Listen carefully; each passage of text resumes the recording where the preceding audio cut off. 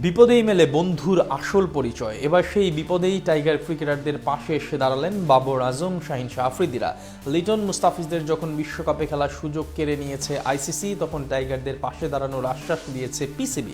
এবার পিসিবির সাথে একাত্মতা প্রকাশ করেছে দেশটার ক্রিকেটাররাও। টাইগারদের পাশে দাঁড়িয়ে কিভাবে বন্ধুর পরিচয় দিল পাকিস্তানের ক্রিকেটাররা, সেটাই শুনবো প্রতিবেদনে। আসন্ন টি-20 বিশ্বকাপে বাংলাদেশকে ইচ্ছাকৃতভাবে বাদ দেওয়ার ঘটনায় পাকিস্তান ক্রিকেট বোর্ডের নীতিগত অবস্থানকে সর্বসম্মতভাবে সমর্থন জানিয়েছে পাকিস্তান জাতীয় দল। বাংলাদেশের এই দুঃসময়ে তাদের পাশে দাঁড়িয়েছে বাবর আজম, শাহিন শাহ আফ্রিদি, মোহাম্মদ রিজওয়ানদের মতো তারকা ক্রিকেটাররা। বাংলাদেশকে বিশ্বকাপ থেকে বাদ দেওয়ার সিদ্ধান্তের বিপক্ষে প্রতিবাদের বার্তা দিলেন পাকিস্তানের ক্রিকেটাররা। রবিবার ইসলামাবাদে পিসিবি চেয়ারম্যান মহসিন নাকভির সঙ্গে জাতীয় দলের খেলোয়াড়দের এক গুরুত্বপূর্ণ বৈঠক অনুষ্ঠিত হয়। সেখানে আসন্ন টি-20 বিশ্বকাপ নিয়ে উদ্ভূত পরিস্থিতি, আইসিসির নেওয়া সব সিদ্ধান্ত এবং বাংলাদেশের প্রতি পাকিস্তানের অবস্থান বিস্তারিতভাবে খেলোয়াড়দের তুলে ধরেন মহসিন নাকভি। বৈঠক শেষে খেলোয়াড়রা জানান, ক্রিকেটের ন্যায়সঙ্গত নীতির প্রশ্নে পিসিবির অবস্থানের সঙ্গে তারা শতভাগ একমত।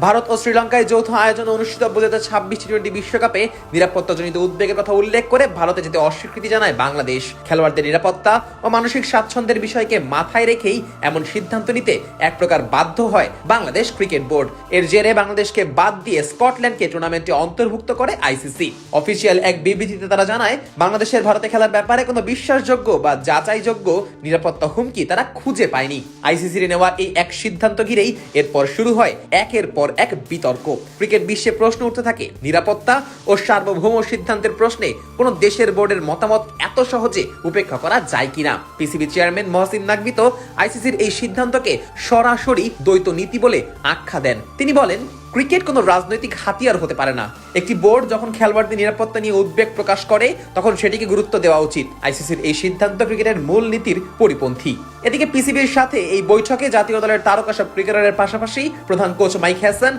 ও টিম ম্যানেজমেন্টের প্রায় সবাই উপস্থিত ছিলেন। বৈঠকে উপস্থিত খেলোয়াড়রা পিসিবি চেয়ারম্যানের বক্তব্যের প্রশংসা করেন এবং জানান, ক্রিকেটের নৈতিক অবস্থান নেওয়াটা খুবই জরুরি। বাবর আজম, শাহিন শাহ আফ্রিদির মতো সিনিয়র ক্রিকেটাররা মনে করেন, আজ বাংলাদেশ আর কাল অন্য কোনো দলও একই পরিস্থিতির মুখে পড়তে পারে। তাই এই সিদ্ধান্তের বিপক্ষে অবস্থান নেওয়া পুরো ক্রিকেট বিশ্বের জন্যই গুরুত্বপূর্ণ।